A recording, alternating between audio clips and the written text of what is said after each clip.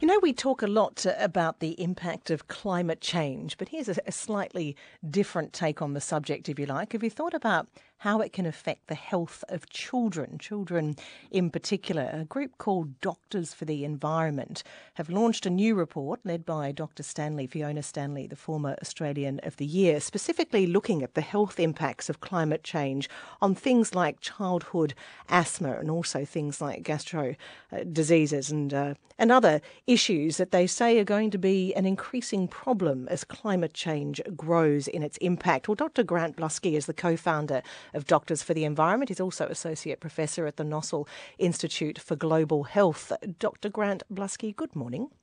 Good morning, Ali. So tell me a little bit about this. I mean, I suppose that it sort of follows that climate change will have health impacts more generally, but tell me about what you found and how you substantiate it. Well, I think very much, as you say, we're realising how much of a health issue climate change is.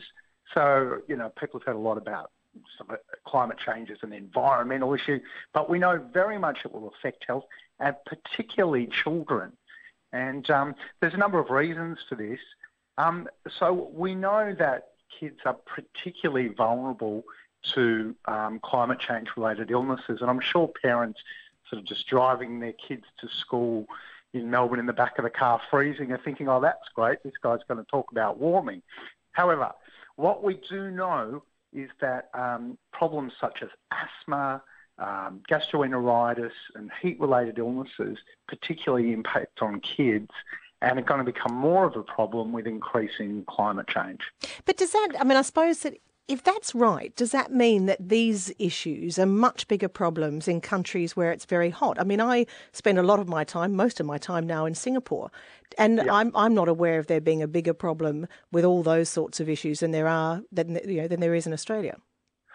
Yeah, look, it's a really good point to make, because I think that countries that are already, experiencing quite a lot of heat, have sort of an average temperature that's warmer, they do adapt in a lot of ways, So you go to some of these countries and everywhere you walk into is full of air conditioning. Of course, this is the wealthy countries. If you have a look what's happening in places like India at the moment, where they're having an extraordinary heat wave, literally thousands of deaths. The roads are melting. Yeah, it's insane. And so the capacity to adapt, either in a poorer country or even in countries, I was in London during their heat wave, and, they're just not decked out at all for managing a serious heat wave. So there definitely is some level to which communities can adapt. But I guess what the message is that with increasing heat waves, and particularly in Australia, we really have to think about how we're going to protect our kids during these extreme weather events. Are you seeing an increase in the incidences of asthma and fevers and gastro now? Well, it's interesting. There is some good research. I mean, as a GP, obviously it's anecdotal, so you sit in your practice and, well, did you happen to notice slightly increased rates and things? But that's not very scientific. But we do know that there is some research that shows that you do get increased rates of emergency admissions from heat waves, from gastroenteritis, things like salmonella, which is one of these bacterial infections, quite nasty. And we do see increases in these rates in our emergency department. Actually, last year we did a forum at Melbourne St Vincent's Hospital, and we were talking to the emergency doctors about what it was like during the heat wave. And I don't know if you remember, but, they literally had trolleys lined up. And so I think one of our messages is we really need to support and prepare our hospitals to be able to manage these sort of extreme weather events. I guess while you say that, your group, Doctors for the Environment, in fact, the group itself is quite interesting, but I assume that this is very much timed because of the discussions at the moment about 2020, gas emission targets, etc., and the Paris climate changes. That's why you've come out with this at the moment. It's not unrelated. Absolutely. I mean, we're an advocacy group. We're over 1,000 doctors and medical students who are obviously passionate about the topic. I think doctors have traditionally always contributed to public health issues and public health debate.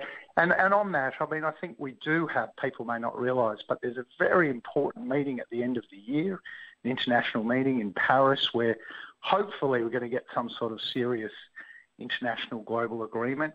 And at the moment, Australia is really coming up with very inadequate suggestions for targets. It's sort of like if you have a guy who's been smoking for years and he's got, terrible emphysema, and he comes in and he goes, "Listen, I've had a good listen to what you've told me. I'm going to have one cigarette less a day." And you go, "Oh, that's good, mate, but it's not going to quite cut it." And that's sort of where Australia's at. We're really underdone on what we're offering at this big international meeting. And just to sort of go back to that big international meeting, I mean, this is in essence the next attempt, and I say attempt because whether or not they actually reach an agreement is obviously one for the future and one that some people would doubt. But it is an attempt by the international community, isn't it, to set targets that every country will agree to by 2020. Absolutely. And I must say, I travel a little bit to international conferences, and I feel like I live in a parallel universe when you come back to the Because debate it's in not Australia. debated here? Well, the science is telling us really clearly that we've got a serious problem with climate change. And unfortunately, the policies are woefully inadequate. Now, a lot of countries in the world are really moving forward. You look at the UK, you look even at America, you look at China, who are doing some fantastic things. And Australia's debate is just way off the mark. And, we used to worry about getting too far ahead of the pack. We're going to get left behind the whole peloton at the moment. Look, it's going to be a very interesting discussion. That's in Paris. I think it's in December, isn't it? That's right, yeah. Mm. And there's a lot more. I don't know if you remember, a few years ago, people might have heard there was a similar sort of meeting at Copenhagen that didn't go so well. Mm. And so everyone sort of lost their steam on the issue. But, of course, the Earth didn't lose its problem. And I think there have been a lot of lessons learned from that. So there's a lot of lobbying going on at the moment, trying to get all the countries to come to some serious agreements because, getting back to kids, our kids and, my grandkids and things, I mean, if we don't do anything about this seriously, we could have rising temperatures that are just unsustainable, 2, 3, maybe 4 degrees warmer temperatures, which is going to cause all sorts of trouble for our kids when they're our age. So, I guess as doctors and with our group, we try not to sound like, hysterical greenies. We are coming from a public health point of view. The science is extremely solid and there really is a great imperative that we do something about this. I mean, there's local things that we can do, and we should make sure our emergency services are decked out, that they can deal with heat waves, that they, there's other clever things we can do. Think about how we're designing our cities, make sure we don't plant too many trees that are allergenic, lots of things like that. But prevention's better than cure would be your... Prevention's better than cure. There's an upper limit. We can sort of put Band-Aids on things, but how are we going to actually head off this major issue? So anyway, you can hear I'm obviously quite passionate about it, but I do try and stay scientific about it. And Australia, really, we've really got to step up. We're really a little bit of a joke, I hate to say.